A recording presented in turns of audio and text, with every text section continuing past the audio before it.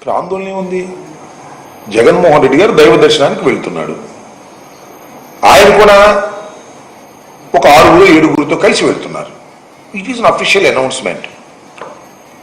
మీరందరూ రావడానికి వీల్లేదని ఎక్కడో రాయలసీమలో ఉన్న వారికి నోటీసు ఇచ్చే కార్యక్రమం చేస్తున్నారు. మా ఎంపీ జనరల్గా ఉంటారు.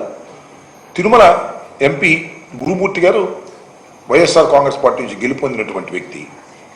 ఆయన జగన్మోహన్ రెడ్డి గారు వచ్చినప్పుడు పార్టీ అధ్యక్షుడు కాబట్టి ఆయన కూడా అకంపెనీ అవ్వచ్చు. ఆయన నోటీస్ ఇచ్చారు, నువ్వు రావడానికి వీల్లేదు,